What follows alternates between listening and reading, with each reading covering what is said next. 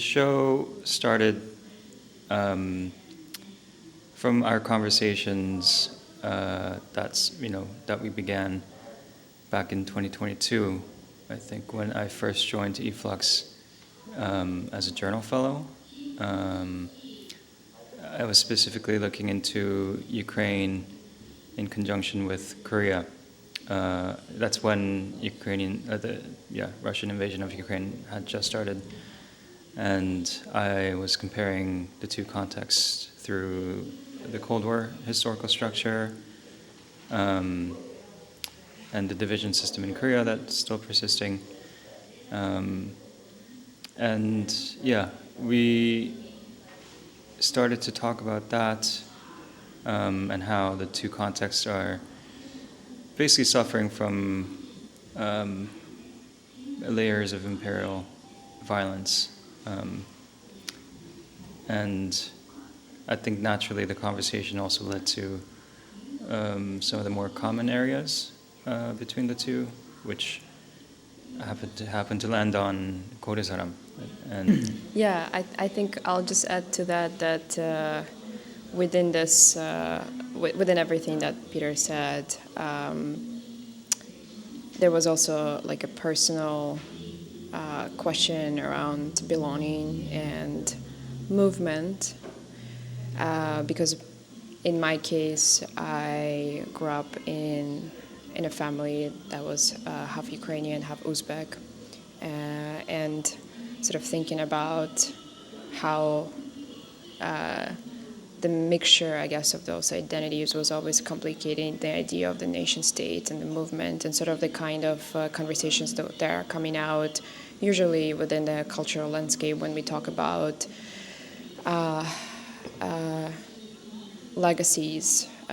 around post-Soviet sort of landscape,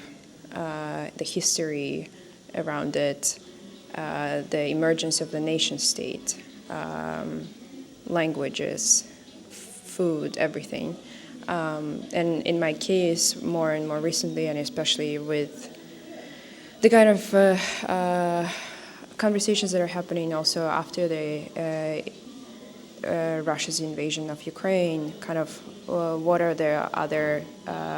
subjects within the nation states that we don't think about or don't talk about. So for me, it's a very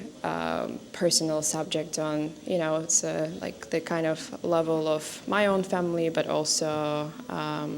with obviously the violence that's happening now in Ukraine, but also kind of expanding it onto this other historic aspect. And then through our mutual sort of conversations with Peter, we ended up researching other artists that were bringing up similar concerns, and one of them is the group show that's currently on view at AHL is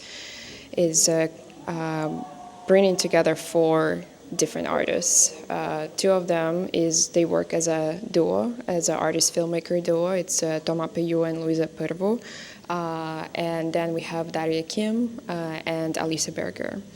Daria Kim, I know her practice from many years ago, actually, because she sort of emerged on an international art scene as someone who participated in Documenta 15 through her kind of involvement in this research collective called Davra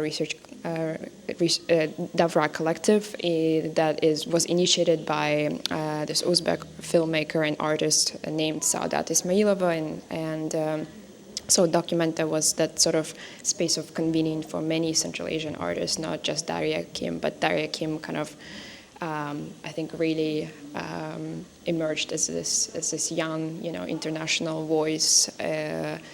outside of Uzbekistan. At the time, she was already studying also in Berlin,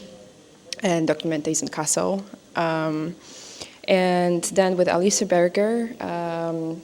I came across her films, and while she was yeah, her like relationship with her is more recent, I would say, like maybe since last year, but sort of coming across her films, and in particular the initial films that we discovered was KACE, The Tale of a Pig's Head, which was this short film that she developed as actually continuation to the piece that is also on view called Three Borders. And with Toma and Luisa, we encountered them through kind of later stages of our project last year. It happened after the announcement that we got the grant to work on this project, and they reached out to us with kind of wanting to share their research, because their research was specific to the location of sort of New York and New Jersey, thinking about the Koryo-Saram community here more locally. This is a sort of how it all started coming together. Do you want to add something? Sure. I can tell a bit more about Toma and Luisa's work, which is an extension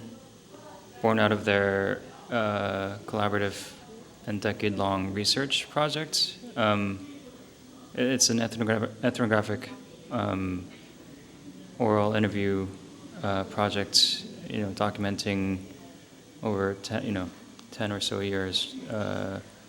community members of Koryo-Saram people who moved to New York in the 90s and early mid-2000s.